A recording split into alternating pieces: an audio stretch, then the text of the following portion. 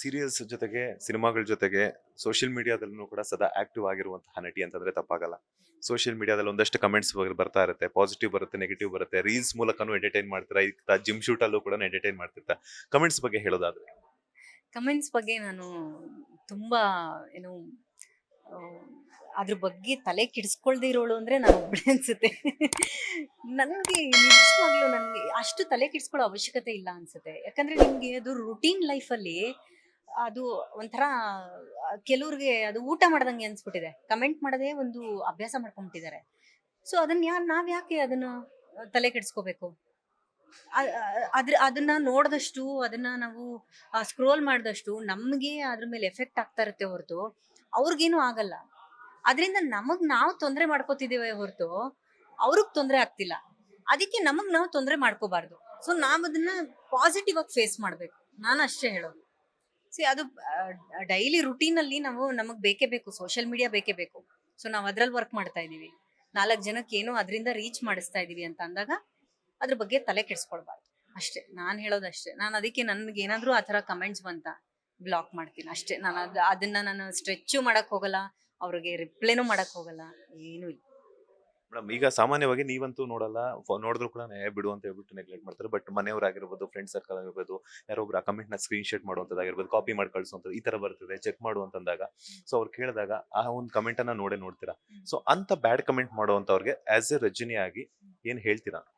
C ಈಗ ಇತ್ತೀಚಿನ ದಿನಗಳಲ್ಲಿ ಸ್ವಲ್ಪ ಗಾಸಿಪ್ ಅಲ್ಲಿ ಇರೋದು ಗಾಸಿಪ್.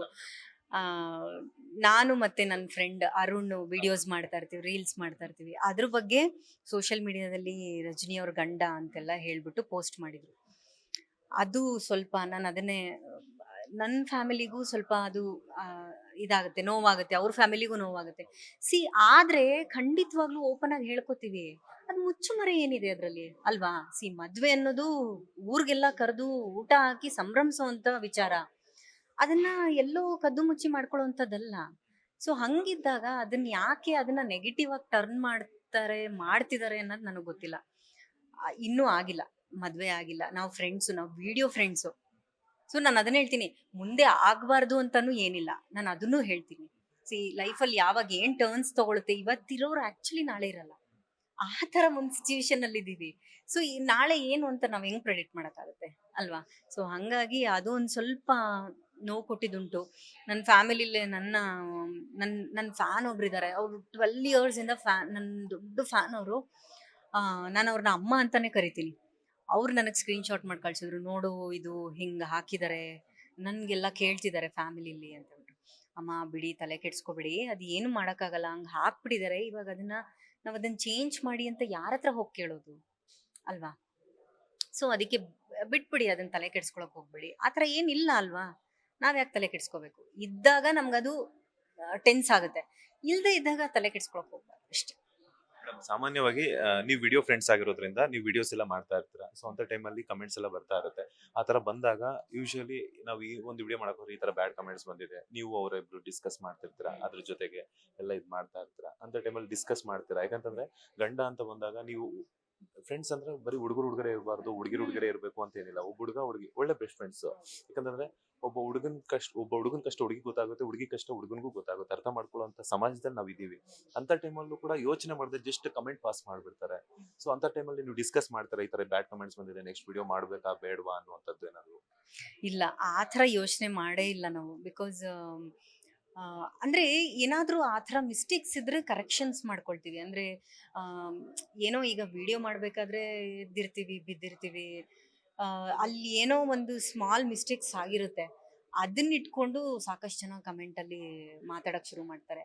ಈಗ ಮೊನ್ನೆ ಯಾವುದೋ ಒಂದು ರೀಸೆಂಟ್ ವಿಡಿಯೋ ಅಲ್ಲಿ ಆ, ಅಂದ್ರೆ ಅವ್ನ್ ಕೆಳಗ್ ನಿಂತಿರ್ತಾನೆ, ನಾನು ಮೇಲ್ ನಿಂತಿರ್ತೀನಿ, ಹೊಸ್ಲು ಮೇಲೆ ನಿಂತಿರ್ತೀನಿ.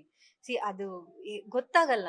ಕೆಲವು ಸಲ ಅದೇ ನಾವು ವಿಡಿಯೋ ಮಾಡೋ ಫ್ಲೋ ಅಲ್ಲಿ ಇರ್ತೀವಿ, ನಾನು ಹೊಸ್ಲು ಮೇಲೆ ನಿಂತಿದ್ದೀನಿ, ಅದಕ್ಕೆ ಒಂದಷ್ಟು ಜನ ಹೊಸ್ಲು ಮೇಲೆ ನಿಂತಿದ್ದೀರಾ ನೀವು, ಸನಾತನಿಗಳಾಗಿ ಹೊಸ್ಲು ಪೂಜೆ ಮಾಡಿದ್ರೆ. ಸಿ ನಾನು ದೈವ ಭಕ್ತೆ, ಗೊತ್ತಿದ್ದು ಯಾರಾದ್ರೂ ಆ ಥರ ಮಾಡ್ತಾರ?